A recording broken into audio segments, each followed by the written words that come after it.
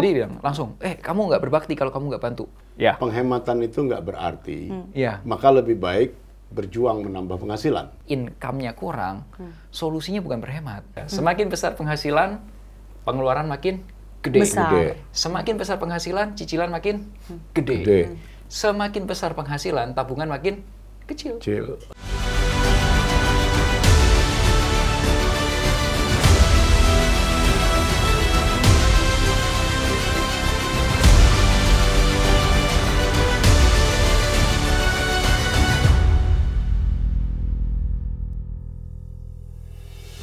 Halo, Konco Keramat, welcome back di Pojok Keramat Poker. Gua pertama-tama mau nanya dulu, siapa di sini yang generasi sandwich? Ada nggak di antara kalian yang generasi sandwich selain gua di sini? Nggak tahu nih kalau Bang Hamid ya. Saya pernah. Pernah ya? Pernah mengalami itu ya? Pernah jadi generasi sandwich. Gimana? Seru Tapi dinamikanya, ya Bang? udah lewat sekarang, jadi nggak perlu lagi dibahas. Udah terlalu lama lewat. Oke. Nah, ini kan sebenarnya term yang sangat 2023 sampai 2025 lah ya, itu termnya lagi kuat banget generasi sandwich. Dan juga udah mulai banyak tuh Bang film-film yang ngulas soal generasi sandwich. Ini kayaknya emang udah jadi kayak semacam fenomena di kalangan Gen Z dan milenial gitu. Film Indonesia atau? Indonesia gitu. Nah, how are you holding up teman-teman sandwich generation, aman? Nah, kita akan ngebahas nih terkait dengan sandwich generation ya. Kira-kira ada nggak sih hal yang kemungkinan bisa dilakukan bersama untuk memutus sandwich generation gitu. Apalagi kita tahu sekarang ya Bang Hamid, gelombang PHK mulai di mana-mana lagi gitu. Kemarin Sritex, kemudian Makanya juga sampai ada tagline itu ya, kabur aja dulu. kabur aja dulu. Semua indikasi ya. Harus dilihat sebagai indikator tuh. Dan di sisi lain juga angka pengangguran meningkat, khususnya juga bahkan di generasi sandwich dan milenial. So, kira-kira ada nggak ya terkait dengan yang bisa kita lakukan bersama untuk memutus generasi sandwich ini, dan kita akan membahasnya juga banyak dari sisi financial gitu ya, gimana caranya agar perspektif kita itu nggak cuma misuh-misuh Bang Hamid, tapi juga ada keberdayaan nih yang kita angkat gitu ya dalam hal pembicaraan soal generasi sandwich. Siapa lagi kalau bukan sama financial planner, enak ya kalau ngomongin ini. So, welcome, Kak Melvin. Halo. Hi, thank you for coming. Thank you. Are you sandwich generation yourself? Enggak, puji No, Tuhan. Black enggak. Forest Oke. generation. Puji Tuhan Black enggak ya? Forest Oke. Nah, tapi seperti biasa Bang Hamid, Ya, kita boleh. ini dulu, welcoming dulu nih. Oke, Teman-teman oke. kita yang biasa kesini, Yes. itu kita kasih games dulu sebentar. Oke. Ya, untuk pemanasan. Nih ada namanya keyword keramat. Oke, keyword keramat. Jadi kita bakal mention, aku sih tepatnya bakal mention satu keyword ya, satu kata. Bang Hamid sama Kak Melvin boleh langsung apa Tanpa kata mikir yang ya? tanpa mikir. Oke. Yang pop up di kepala untuk menggambarkan kata yang aku sebut. Contoh, Tanpa mikir contoh. ya, spontan ya. Contoh. Ya, misalnya spontan, uhuy, ya gitu kan. Oke. Gitu, oke? Oke. Langsung ya. Heeh. So, first word, PHK. 1, 2, 3. Jangan sampai. Gak ada duit. Nggak ada duit, oh ya, jangan sampai nggak ada duit, benar. Tanggungan finansial. Sangat 1, berat. 2, 3. Berat. Generasi roti lapis. Berat PR. Berat. PR emang. Aku sebagai salah satunya merasakan tantangan dan perjuangannya itu lumayan sih emang ya. Oke. Gitu. Dan aku juga mau tanyanya sebenarnya gini. Bang Hamid udah cukup lama ya waktu itu menjadi generasi sandwich. Iya. Waktu itu berarti era tahun berapa tuh kira-kira? Waduh, sudah lupa. Dan 70-an? waktu itu istilahnya belum ada. Istilah Betul. belum ada. Nah, makanya itu istilah itu penting ya. Gimana? Istilah itu penting sekali. Sesuatu jika tidak dikasih nama, maka dianggap nggak ada kenyataannya. Betul. Misalnya ya, buat selingan aja, bully misalnya. Ya, 25 tahun lalu nggak ada. Tiap hari dari ratusan tahun lalu Ada. pembulian itu ada. Setelah namanya disebut, tiba-tiba ada bully di mana-mana. Datanya naik langsung. Begitu ya. juga autis. Siapa yang ngomong autis? Kalau kita punya tetangga atau keponakan, kalau nakal, kita nggak nyebutnya autis kan. Bengal amat sih anak ini, nggak bisa diem, bla bla. Lama-lama istilahnya ditemukan, kira-kira mungkin 20-an tahun lalu. Tiba-tiba ada autis jutaan anak gitu. So, jadi jangan main-main dengan nama. Bang Hamid waktu itu Nama berasa itu nggak penting. tapi sebagai generasi sandwich? Enggak. Enggak ya? Kita sih happy-happy aja sebagai mahasiswa, nggak punya duit, tapi kan demonstrasi, menentang pemerintahan Orde Baru, nulis pamflet, segala macam. Jadi lupa bahwa kita itu susah. Oke. Jadi itu bukan kayak highlight of your life saat itu gue sebagai generasi sandwich. Enggak, gitu. sama sekali nggak mikirin. Sama sekali tuh. Sama sekali nggak kepikir. Nah tadi karena istilahnya belum ketemu, karena bahasa juga jadi alat berpikir kan.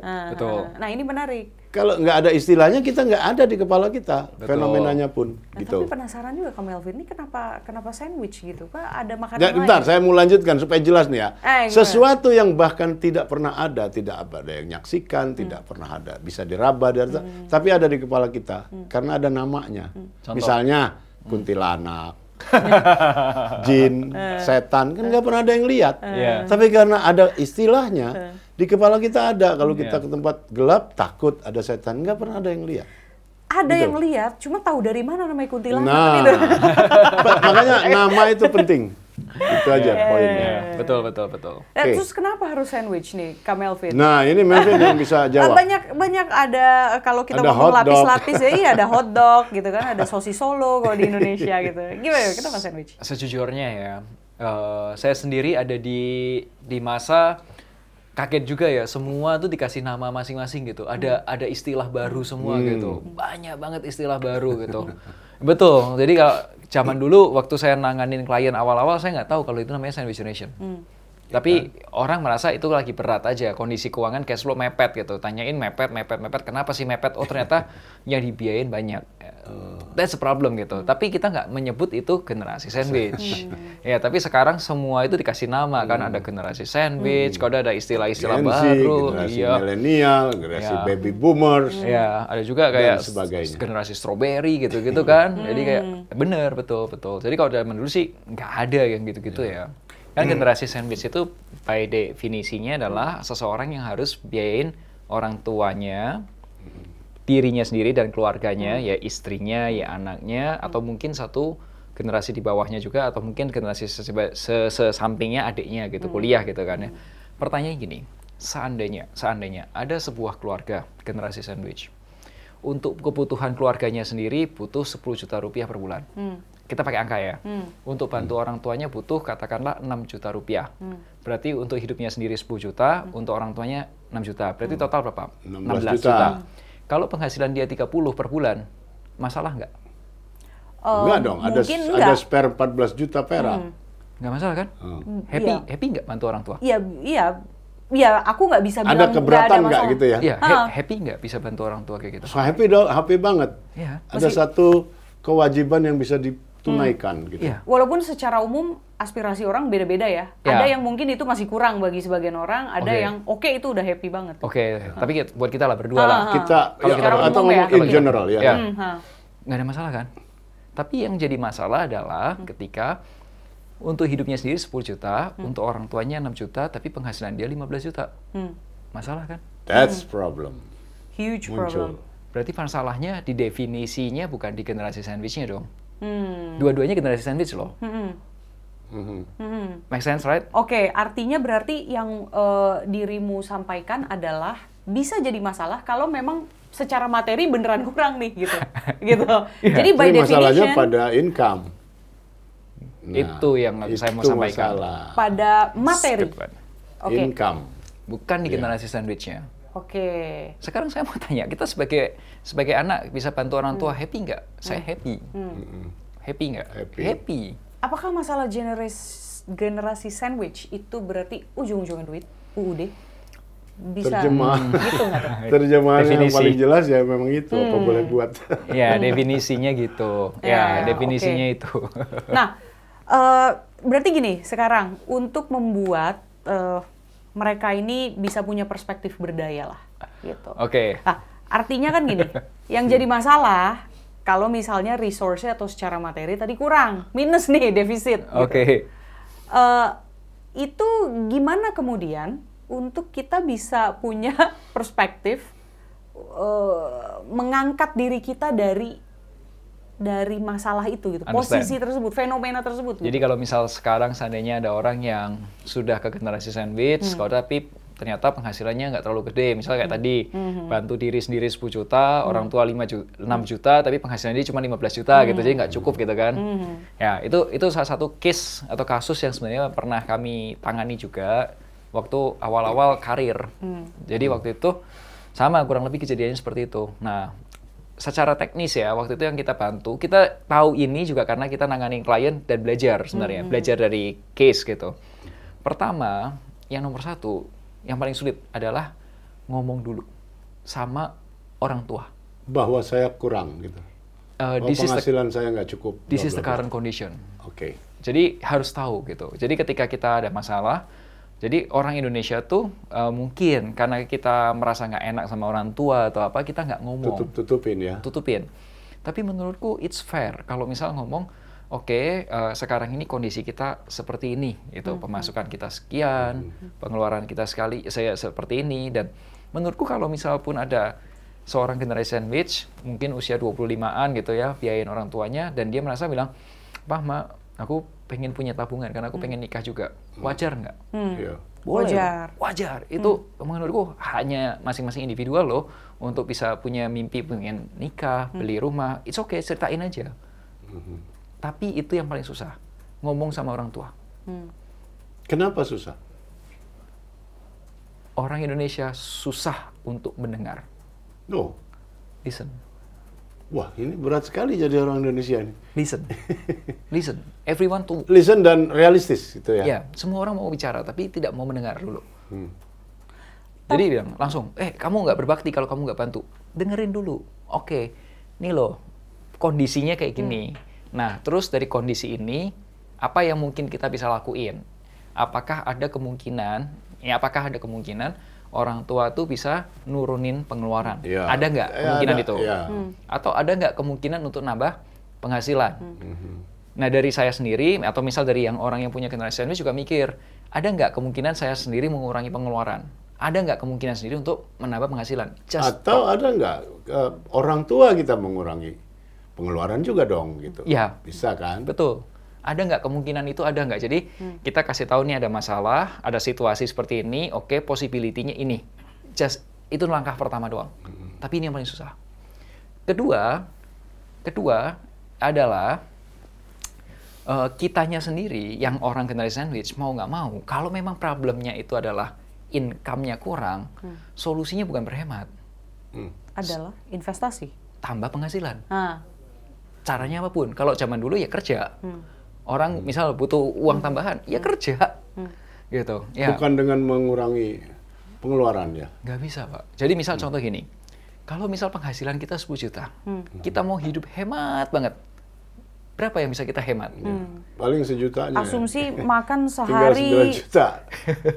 Anda mau bilang bahwa itu sebetulnya nggak berarti gitu ya?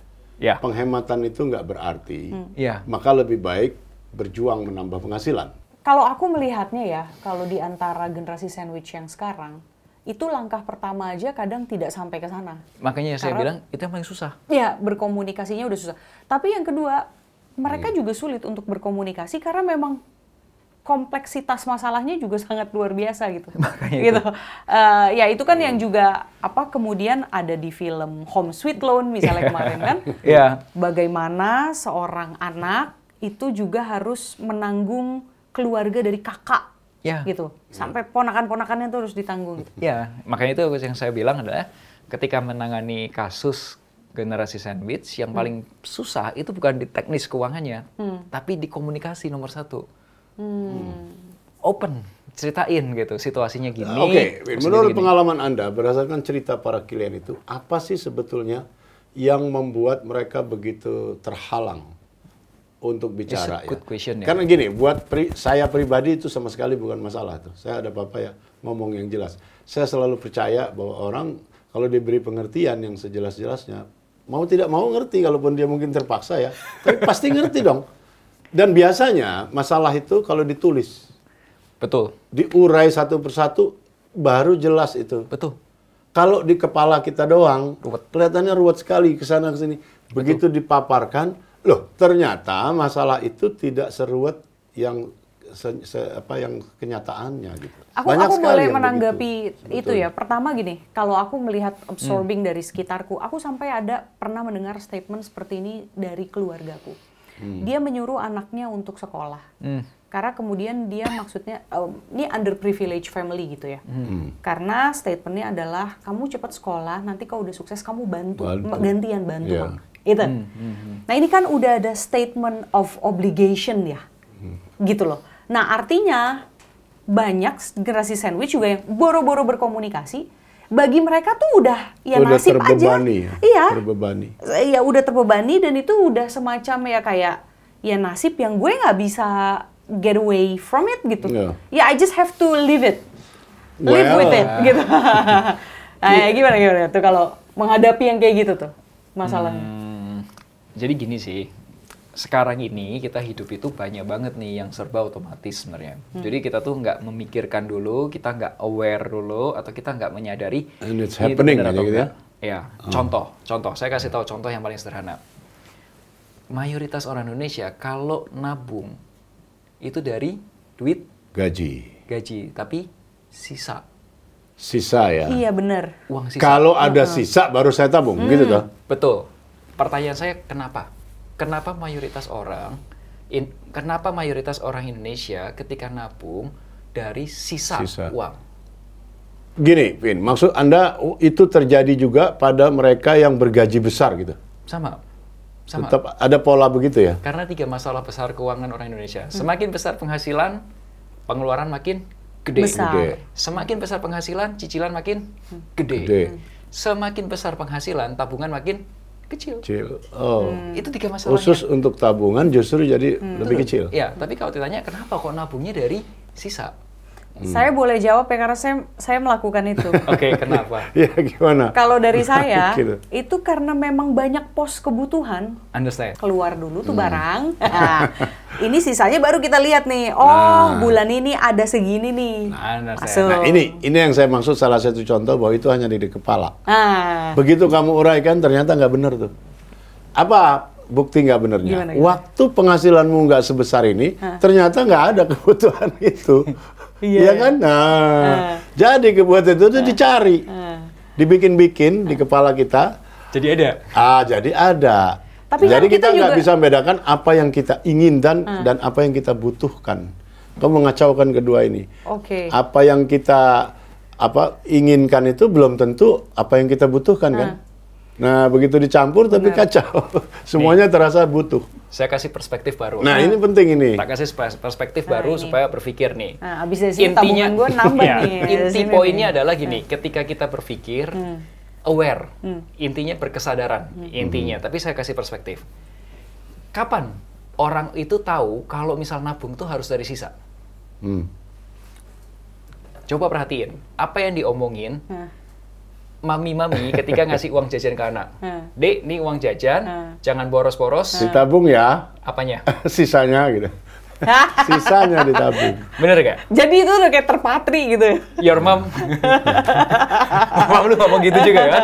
Ya oke. Tapi itu diomongin dari kapan?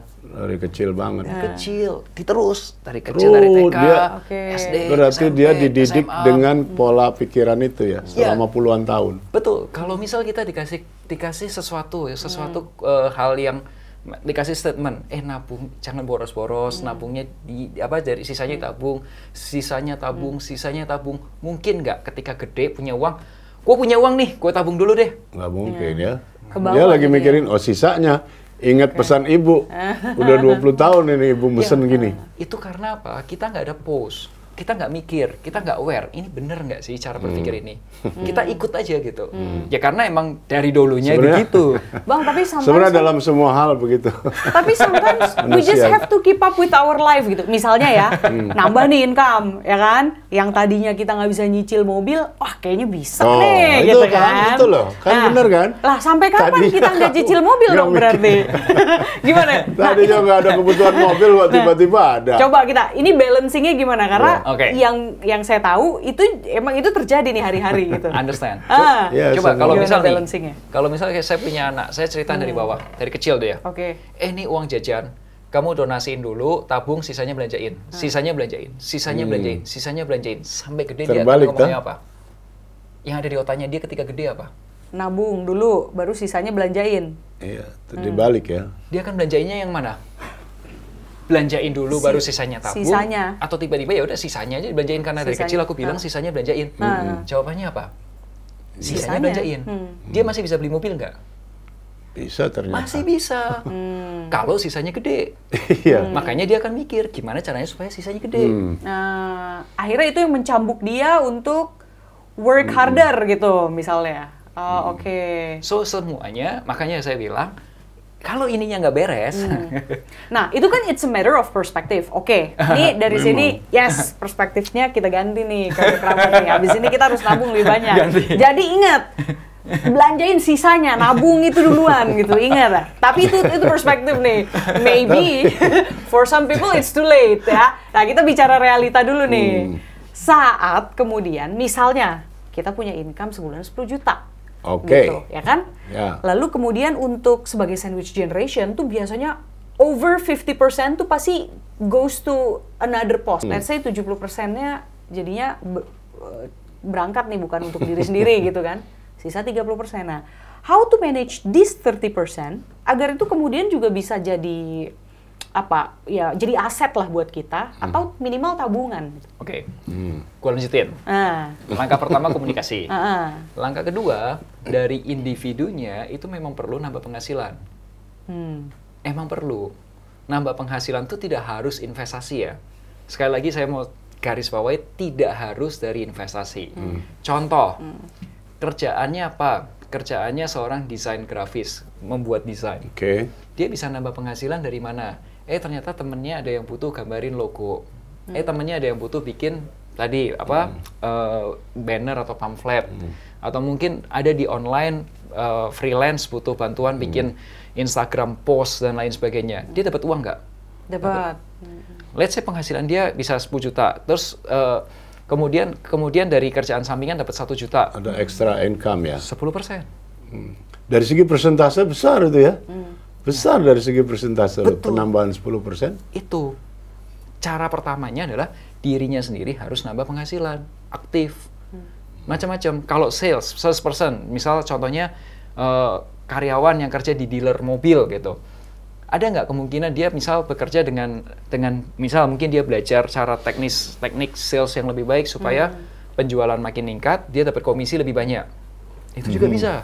Jadi sesuatu yang sebenarnya itu ada di depan mata, cuman kadang-kadang kita nggak lihat aja. Itu yang nomor 2, tambah penghasilan. Nah, penghasilan tambahan ini yang nomor 3, yang waktu itu sama klien, pertama kali dipakai buat bikin yang namanya dana darurat. Kurang lebih gini, kalau dalam kondisinya kepepet gini, kalau ada kebutuhan mendadak, dia nggak punya tabungan, Ayam geprek tuh ya Kiamat. pokoknya. iya, Kiamat. iya kalau dia udah kepepet, udah Kiamat kondisinya udah kubro itu kepepet, namanya. Ayam geprek tuh kan, ngik gitu banget tuh bunyinya. udah kepepet, nggak punya dana darurat, lah gimana dia? Ngutang lagi, begitu ngutang, buyar lagi masalahnya. Makanya dia punya tabungan. Tabungannya cukup aja, nggak yang sampai bagaimana besar, nggak. Tapi paling nggak keluarga bisa makan lah. Kalau misal sampai amit-amit nih terjadi PHK, kehilangan pekerjaan, paling nggak misal lah, let's say orang Indonesia butuh berapa lama sih waktu untuk bisa punya kerjaan baru? Let's say 6 bulan, let's 6 say. bulan, ya berarti paling nggak tabungan ada di 6 bulan sampai biar aman kalau kita punya keluarga setahun gitu. Jadi Ya. amit-amit kena PHK, keluarga masih makan dulu, normal aja, dia bisa berusaha cari pekerjaan baru. Mau lamar kerjaan sana, mau lamar kerjaan sini, bisa hidup. Bisa mikir paling tidak ya. Betul. Kalau nggak ruwet sekali pikiran. Betul. Dia punya nafas. Tenang dulu. Nah, itu yang ketiga. Nah, sembari dia beli yang namanya BPJS Kesehatan. Karena kalau misal sudah kepepet sakit lagi, itu uang Mau tabungan pakai mana? habis. Habis, nggak bisa. Jadi mau nggak mau perlu punya bantuan dari pemerintah, BPJS Kesehatan. Ya. Setelah ini, let's say kalau mau perang gitu, itu udah siapin pondasi-pondasinya, Bunkernya defense-nya, segala. anchor-anchornya udah siapin. Yang keempat, baru deh bicara tentang investasi. Mau invest apa deh? Mau gampangnya invest apa? Let's say ya, dia taunya apa deh? Yang simple aja. Misal taunya emas ya emas. Oke. Mau taunya misal dia mungkin udah lihat YouTube, ya kan, dia mungkin belajar tentang saham, it's okay, atau apapun lah. Yang penting kan sekarang ada di YouTube kan, bisa dipelajarin. Nah, waktu itu klien itu dikumpulin terus tuh uangnya, kekumpul sampai hampir 100 juta. Nah, ini kasus nyata nih ya? Kasus nyata. Ini menarik kasus-kasus kekumpul real hampir ini. 100 juta. Terus langkah kelimanya dia, uangnya itu dipakai untuk bikin gerobak gorengan yang ada di depan Indomaret. Waktu itu yang dia lakukan, dia bikin itu, dan keuntungannya tuh sebulan tuh bisa tambah 2 juta rupiah yang bisa ditarik. Keuntungannya lebih, tapi kan sebagian dipakai buat modal kerja. Lagi ya, Nah, 2 juta kasih, ambil. Nah, dari 2 juta ini, dari satu gerobak, dia Tinggal dia beranak duplikasi. 2 gerobak, 3 gerobak, 4 gerobak. Kalau 10, 20 juta, kan itu aja. Langkah kelima tadi investasi ya. Berarti artinya Beranak. Nah, langkah 5-nya udah punya penghasilan lain. Nah, penghasilan lain ini yang dipakai buat bantu semuanya dorong ke orang tua. kalau misalnya ya tahapan ke tadi 4 atau 5 tuh yang investasi yang gerobak apa segala macam. Awalnya kan tadi yang investasi yang kayak logam mulia, yang gampang-gampang lah, yang low risk istilahnya. Enggak, bukan low risk, tapi lebih apa ya, modalnya lebih kecil. Modal lebih kecil, oke, yang modal lebih kecil. Artinya berarti jangan ditukar perspektifnya. Misalnya baru punya tabungan nih, terus dia mau mulai nih, kayaknya tabungan gue bisa nih mulai diternakin jadi duit gitu misalnya dengan investment cara gitu lah ya. investment gitu. Artinya apakah kemudian yang disarankan itu yang modalnya lebih kecil dulu, jangan langsung misalnya mau buka coffee shop deh, kayaknya I think from my 50 million saving gue bisa nih 20 juta buat bikin coffee shop gitu. Atau gimana menurut? Bukan nggak disarankan ya, tapi Gimana? kadang-kadang orang kan harus melangkah kecil untuk dapat besar ya. Ya mungkin kalau untuk bisnis-bisnis yang kayak gitu memang butuh modal lebih gede, dia belum ada modal atau belum ada knowledge atau apapun lah ya. Jadi apa yang bisa yang ada di depan mata yang bisa dikerjain apa? Ya kalau sekarang cuma punyanya 1 juta 2 juta bisa beli 1 gram emas, ya udah itu dulu deh yang kamu lakuin. Itu kayak ya kita pegangan dulu deh, yang penting pegangan dulu, nanti ada jalan apa kebuka lagi, udah kekumpul, misal emasnya kekumpul 30 gram, 40 gram, kok udah tukerin apa gitu, ya nggak apa-apa. Gitu. Itu kan just kondisi ini terjadi karena startnya dari susah banget gitu. Oke, nah Kak Melvin ini ngelihat generasi sandwich in general nih di Indonesia, your clients, itu mereka rata-rata masalahnya mereka memang tidak memiliki financial literature-nya, atau kendalanya di mana biasanya? Gini ya, tadi yang saya ini ya, note yang bagus tadi itu, kalau segala sesuatu nggak ditulis, itu nggak kelihatan masalahnya apa, ruwet di kepala. Oke. That's the most problem, financial problem, karena nggak ditulis. Oke. Jadi kita nggak bicara tentang nggak menggunakan data. Jadi ngomong tuh nggak pakai data. Disarankan Kalau ini ada mulai- data ya, data dari sini. Dituangkan jadi tulisan. Sebenarnya apa Peta aja sih masalah jadi pengeluaran? peta masalah jadi jelas. Dan ini bahkan berlaku bukan hanya buat urusan finance. Mungkin juga buat urusan asmara. Bisa juga. Kan ruwet nih urusan asmara nih. Dia ini kalau ngomong gini sebenarnya lagi demen apa enggak sama gua. Wah, ruwet sekali tuh. Jadi dipapor, oh ternyata enggak ruwet sebetulnya. Enggak ruwet tuh artinya gini. Kalau dia dituliskan, maka seluruh aspek masalahnya kan kita kuasai. Betul. Itu pentingnya menulis itu, Intan. Oh ternyata yang kelihatannya ruwet itu sebetulnya masalahnya ada 10 doang. Yang 10 ini begitu diperas-peras, oh masalahnya cuma 3 sebenarnya. Kelihatannya ada 60 di sini gitu. Oke. Itu jadi kita kuasai seluruh aspek masalah itu. Pro tip Gitu. tuh, nulis. Nah tapi gini, saya mau nambahin ya, ada satu masalah lain dalam soal ini. Ada 2 masalah lain. Satu soal orang tua. Ya, orang tua ini kebanyakan demanding. Dalam arti dia menganggap anaknya itu investasi. Jadi kan dia merasa udah invest banyak nih. Dari ngelahirin, susunya segala macam dihitung. Saya pernah beberapa orang kaya, teman saya pun masih ngomong begitu. Dia bilang anaknya, wah ini udah banyak nih ngabisin gitu. Jadi harus ada kickback-nya atau ada adanya lah, imbalannya gitu. Menurut saya itu pendekatan yang sangat salah ya. Orang tua nggak perlu begitu, nggak boleh begitu kalau bisa. Ini kan anaknya yang lahirnya juga bukan maunya si anak kan. Anaknya maunya dia kok gitu. Ini men, saya mau tanya Anda. Sekolahan kita ini tidak mengajarkan kecerdasan finansial sama sekali. Iya. Dari nol besar sampai sarjana kuliah. tidak pernah diajarkan soal kecerdasan finansial. Saya nggak tahu kenapa. Mungkin karena pendidikan itu dianggap sesuatu yang luhur dan keuangan itu dianggap sesuatu yang buruk, dekat dengan kejahatan, dekat punya lupa diri dan sebagainya. Sehingga lembaga pendidikan itu dibikin steril dari urusan-urusan keuangan, padahal masalahnya nyata. Kenapa menurut Anda itu? Kalau misal ini pertanyaan bagus ya. Jadi gini, fun fact aja. Nanti mungkin boleh dibantu juga cariin statistiknya ya. Tapi waktu itu saya pernah diminta untuk isi sama OJK. Kami di Finansialku diminta isi dari OJK mengenai tentang pinjaman online. Ya. Nah, ternyata orang yang menggunakan profesi yang paling banyak menggunakan pinjaman online atau terjerat pinjol ilegal khususnya, itu adalah profesi guru.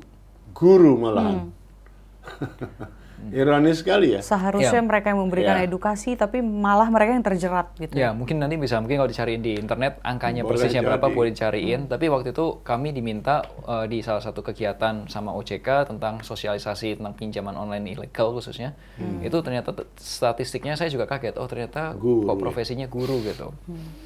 Ya, kalau mengenai tentang financial di tempat pelajaran, kalau boleh nih ya sebenarnya, apalagi kalau pelajaran kita itu menurut saya memang perlu banyak direvisi.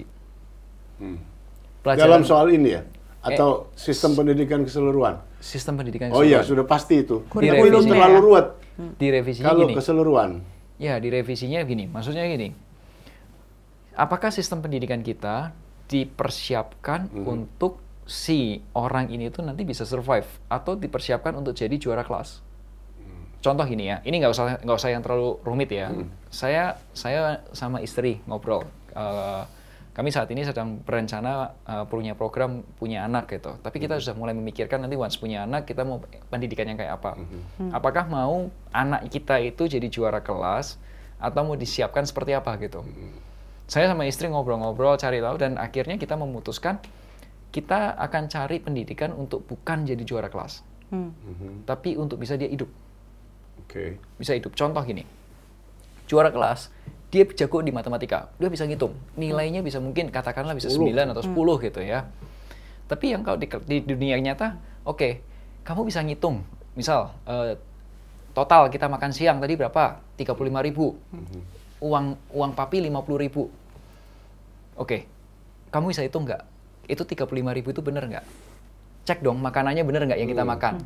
Segitu nggak? Kedua, hitungannya bener nggak? Oke, kalau 50.000 berarti harus kembali berapa? Terus kalau habis itu bener nggak kembaliannya sama? Itu di hidup kepake. Iya. Tapi itu tidak. Sangat praktis ya. Iya, itu di hidup kepake kan. Kadang sekarang orang-orang mungkin jago di matematika tapi dia nggak ngerti. Di dunia nyata. Nggak ada hubungan dengan realitas ya. Iya, nggak kepake. Padahal matematika seperti itu. Kepake dalam hal financial. Terus kemudian kayak tadi, kenapa nggak diajarkan? Ternyata ya memang dari dulu kita memang mungkin belum aware. Even itu orang tuanya. Satu hal yang saya Jelas sekali. Saya sebenarnya ini pengen bikin buku sih sebenarnya. Tapi jadi kepengen untuk diomongin nih. Satu hal yang menyebabkan orang Indonesia itu juga berpikir cari uang itu sulit. Tahu nggak kenapa cari uang itu sulit? Sama. Ketika masih kecil dikasih uang jajan, itu selalu satu hal. Ada yang cerita gini, jangan boros-boros. Hemat dong. Hemat dong. So, orang tua kita bicara gini, cari duit itu sulit kalau lu nggak ngerti caranya. Berpikirnya beda nggak? Iya. Oke. Jadi Kalau di ngerti challenge ya gampang kan pemikiran. gitu. Beda kan? Iya. Nah, itu perspektif itu yang nihil di dalam sistem pendidikan kita. Ya, dan itulah yang saya mau kritisi adalah bukan cuma masalah duit, tapi semua tentang kehidupan kita itu Yang ternyata nyata ya, nyata. yang real ya. Ya, kalau ibarat kita main apa, ya misal dengerin musik, itu kan ada tombol play, ada tombol stop, tapi ada tombol pause. Kita tuh cuma play, hidup kita tuh cuma play stop, nggak ada pause. Nggak ada pause. Coba dipikir dulu gitu, bener nggak sih kalau cari duit itu susah? Oh iya, buat gua realitanya susah. Tapi ada nggak sih yang cari duitnya gampang gitu? Kok ada ya? Ternyata banyak orang cari duit gampang. Kok di dia gampang, di gua susah? Iya. emang ada apa yang cara salah gitu. nih pada Iya. diri saya? Nah, pertanyaanku selanjutnya gini. Sometimes apa yang diomongin itu lebih mudah seolah daripada dilakukan. Contohnya gini. Nyari kerja susah, itu fakta. Bahkan data mengatakan yang S1, S2 aja banyak yang pengangguran. Yes. Artinya di situ ada kesenjangan ketenaga kerjaan di sana. Yes. Satu. Kemudian juga bagaimana berangkat dari situ ya, kita kemudian punya perspektif yang ya tadi ya empowering. Jika memang sistemnya di kanan kiri kita juga mengukung kita gitu, istilahnya juga tidak memberikan kendaraan untuk kita bisa empowered, misalnya gitu. Another thing misalnya, orang tua kita kalau di luar negeri itu social security-nya jalan, jadi mereka yang pensiunan itu nggak perlu minta sama anaknya gitu. Kalau di sini kita mau nggak ngasih kesian papa mama pensiun Dengan kata lain kita sebagai anak dieksploitasi. Aku sebagai anak tidak bisa mengatakan itu sih sebenarnya. Nggak berani ya? Enggak, tapi Kualat, artinya, iya. tapi gini, kalau misalnya kita juga, kalau kita enggak membantu gitu, ini generasi sandwich gitu mewakili ya kesian juga tapi keluarga, mau dari mana? Mereka nggak punya social security yang jelas gitu. Ya artinya memang we're the only backbone gitu istilahnya gitu. Nah itu gimana untuk menghadapi situasi yang realnya tapi seperti itu gitu? Oke, itu menurutku problem solving ya, is a problem solving skill. Oke, misal gini, orang tua kita perlu dibantu. Oke, saya mau tanya, memungkinkan nggak orang tuanya kerja lagi? Let's say enggak, karena ada kondisi udah tua dan lain sebagainya. Oke, variabel itu bukan variabel yang bisa aku rubah, karena kondisinya udah tua. Oke, ada nggak yang bisa gue lakuin? Apa yang masih opsi apa yang masih gue bisa lakuin? Ya kartu apa yang masih kebuka gitu. Oke, ternyata gue masih setelah dengar podcast ini make sense juga sih kalau gue harus nambah penghasilan lagi. Let's say kalau gue tadi jualan, misalnya sekarang kerjaan gue adalah sales di dealership mobil. Tadinya gue rata-rata sebulan jualan 3. Gue hantem deh supaya rata-rata penjualan gue 4 gitu. Dari 3 naik 1 dari 4 gitu. Komisi gue nambah sekian gitu. Masih possible gitu. Itu kan mengubah kartunya lagi. Yang sesuatu yang gue bisa rubah, gue rubah gitu. Nah kalau di tempat cara berpikir yang saya lakukan adalah gini. In the problem, itu memang ada variabel yang memang nggak bisa aku rubah. Dan nggak usah dipusingin. Karena ya udah given. Tapi variabel yang memang aku bisa lakukan, perbaiki dan lakukan the best, ya lakuin the best. Tarung di situ. Ya ini kan juga contoh salah satu ya. Itu bagaimana kebanyakan orang berpikir di tunnel gitu. Jadi yang dia pikir adalah cari kerja itu susah. Kenapa? Karena pilihan hidupnya cuma satu, yaitu bekerja untuk perusahaan lain, instansi lain, orang lain pada saat. Nggak mikir bagaimana kalau saya mengenerate pekerjaan sendiri. Kan itu juga jadi soal itu. Jadi ini mungkin pembiasaan juga. Dari kecil apa diajarin suruh kerja sama orang. Gimana kalau jadi, makanya ada istilah entrepreneur ya. Entrepreneurship-nya dibangunin gitu. Abis mertua idaman aja masih PNS, Bang. Ya itu. Jadi memang banyak masalah. Perspektifnya udah root itu begitu. Tapi ada masalah juga. Ini terutama di Jepang. Di Jepang ini sejak sekian belas tahun lalu terjadi penuaan kan. Penuaan yang tua-tua ini pensiun. Sehingga apa yang terjadi secara nasional ya, bukannya pribadi per pribadi, secara nasional sebagai bangsa, Jepang itu kemudian kalangan mudanya sebetulnya menanggung kalangan tuanya yang udah pensiunan. Kan mereka udah nggak kerja lagi. Yang produktif kan anak-anak muda ini. Jadi sebenarnya kerja mereka itu sebagian hasilnya buat ngebiayai orang tua. Bahkan bukan orang tuanya sendiri kan sebenarnya. Orang tua bangsa Jepang gitu. Nah, lama-lama kalangan mudanya juga mulai protes lah. Ini harus dipikirin kami ini kerja keras sebenarnya buat generasi pensiunan yang jumlahnya makin banyak gitu loh. Saya nggak tahu apakah masalah itu terpecahkan ya sekarang. Tetapi ini ada kaitan juga dengan bonus demografi, Melvin. Ya, kita ini sekarang sedang mengalami bonus demografi yang katanya akan berakhir kira-kira tahun 2041. So kita punya waktu 15 tahunan dan sejauh ini kelihatannya ini belum termanfaatkan dengan optimal. Sehingga apa yang disebut middle income trap itu terjadi gitu. Nggak ada peningkatan nih. Usia produktif itu kan umur 15 sampai 65 ya. Nah, kita itu lagi banyak-banyaknya, makanya disebut bonus demografi. Nah, kalau bonus demografi ini tidak termanfaatkan dengan produktif, maka dia hilang dan nggak tahu mungkin sekian ratus tahun lagi kita mengalami, karena demografi juga ada rumusnya tuh secara ajaib ya. Nah, ada dua contoh negara, Brazil dan Afrika Selatan, yang bonus demografinya sia-sia gitu. Udah lewat mereka. Nah, kita berharap jangan sampai negeri kita mengalami kegagalan seperti itu. Kita masih punya 15 tahun nih. Dan 15 tahun itu sama sekali tidak lama ya, Intan. Nggak terasa banget waktu itu. Apalagi kita ngomong dalam skala nasional.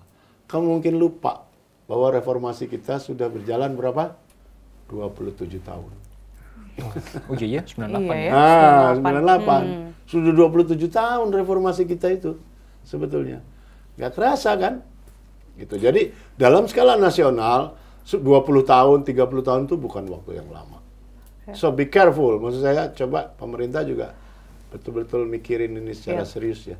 Tidak mudah tapi harus serius. Karena sebentar lagi lewat bonus demografi ini. Iya, dan dari kemarin juga kita diwarnai dengan kebijakan-kebijakan yang kemudian justru malah memberikan kecemasan tersendiri untuk generasi milenial dan Gen Z, misalnya kayak Contoh. PPN yang nggak jadi, meskipun nggak jadi naik ya, yang PPN 12%. Kemudian efisiensi dan lain sebagainya. Ya Indonesia gelap, kabur aja dulu. Yang kemudian pada faktanya itu memukul purchasing power. Karena middle class income, turun lagi ya. Itu terjadi. Jadi trapnya malahan middle-nya di bagian bawahnya lagi, bukan di atasnya middle gitu. Oke. Kayaknya begitu kan sekarang di bawah. Oke. Nah ini berarti Kak Melvin untuk membungkus ini semua Udah harus berarti dibungkus nih. udah harus Oh, dibungkus. dibungkus. Sayangnya. Jadi bisa dijawab sebenarnya cara untuk memutus sandwich generation ini dengan perspektif. Gini, kalau yang tadi keluar dari generasi sandwich itu rubah perspektifnya. Jadi sebenarnya kalau misal boleh diceritain analoginya adalah kenapa berat generasi sandwich itu berat, karena ini tuh kayak orang-orang generasi sandwich itu kebanyakan tuh itu ibarat meja kafe. Tahu nggak meja kafe itu ada meja yang lingkaran, kakinya cuma satu. Ya, sangat rapuh itu sebetulnya. Ya, jadi semua beban di atas meja itu cuma ditopang oleh satu tiang ya. Satu tiang. Tiangnya itu adalah gaji.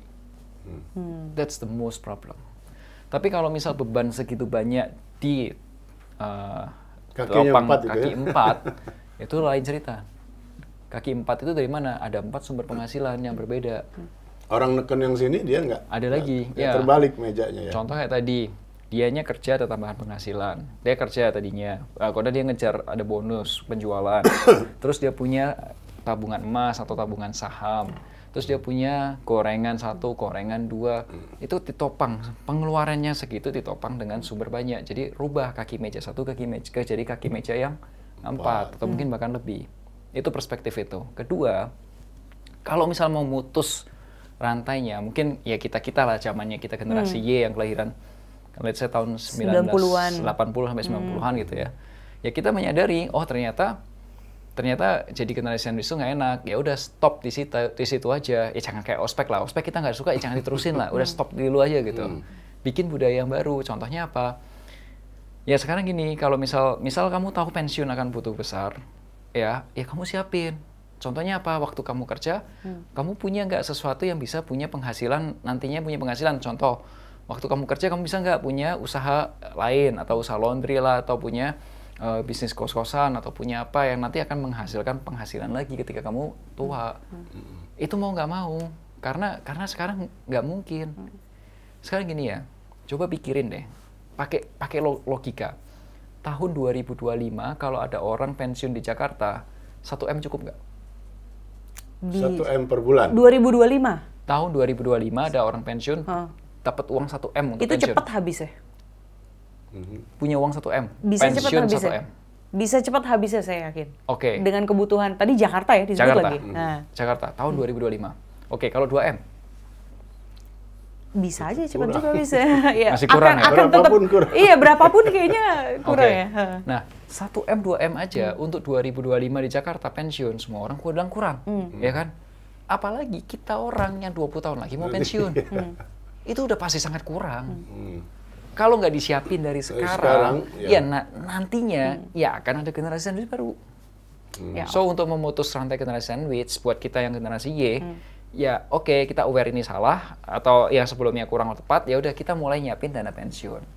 Itu. Well, ya ini saya Itu suka kan sama hidup. perspektif malam ini, Bang Hamid. Iya, Karena iya. ini perspektifnya Oh, iya, ini empowering. penting, praktis banget Iya, ini. dan ini tidak misuh-misuh dari sisi Misuh-misuh. faktor Politik kanan lah, kiri segala lah ya, macam, politik iya. dan lain sebagainya. Ini benar-benar Kita inward looking iya, ya. inward looking, do what you can gitu. Iya. Lebih kepada eksplorasi diri, lo bisa Iya. apa, ya break your comfort zone. Mungkin itu juga jadi salah satu Ya. bungkusan perspektif yang baik juga nih untuk memutus generasi sandwich. Oke, ini jadi ingat sebenarnya ada lagu baru nih. Apa itu? It Gitaf itu. Judulnya Berakhir di Aku. Tadi kan gitu kan. Itu ada Berakhir di kami ya. ada satu ininya liriknya gini. Jika semua orang bersandar padaku, lalu aku bersandar kemana? Itu generasi sandwich, Alam Bang. semesta, iya. Ayolah kita tetap berjuang. Optimistis, tetap Optimistis. optimistis. Pasti Jangan pernah pesimistik ya. Ya, Karena pesimisme tidak akan membawa kita kemana-mana. benar. Jelas sekali itu. Tadi udah dijawab ya, jadi lanjutan liriknya adalah jika tadinya kaki mejanya 1, Nah, bisa. tambahlah jadi 4. Terus kalau ada masalah yang ruwet-ruwet, coba belajar dipetakan. Metakan sendiri aja ditulis. Sudah pasti hampir semua masalah Yes, sebetulnya tidak seruwet yang senyatanya. menarik. Kalau kita tuliskan. Atau begini deh, kalau dengan secara positif gini. Saya pernah nulis ini buat anak saya di buku. Kamu tiap hari mencatat 3 hal saja yang positif yang terjadi sama kamu. Atau yang membuat hatimu senang. 3 biji aja sehari. Nanti udah sebulan ternyata ada 90 hal yang baik. Kalau begitu, saya tidak punya alasan untuk mengeluh. Ada 90 nih hal baik yang terjadi sama diri saya dalam sebulan. Kalau setahun Actually, ada 360. Saya udah melakukan itu sejak setahun lalu. Tuh, bener kan? Dan itu Oke. bersyukur. Tuh, itu. Actually, saya akan melakukan itu untuk anak saya. Ada misalnya kamu ketemu orang, orangnya senyum, catat aja. Tadi ketemu si Ana, dia senyum. Nah, terus kamar mandi, ternyata kamar mandinya bersih. Itu hal yang membahagiakan. Hal-hal kecil. Iya. Di ke studio MMD disediain martabak. Martabaknya enak sekali. 3 tuh udah sehari. Ini request ya, Pak? Ini misalnya. Oke, ini so far adalah perbincangan yang sangat empowering dan sangat positif. Mudah-mudahan ini bisa mengubah paradigma kita semua. Oke, kalau gitu kita ketemu di poker selanjutnya ya. Thank you. Bye. Bye.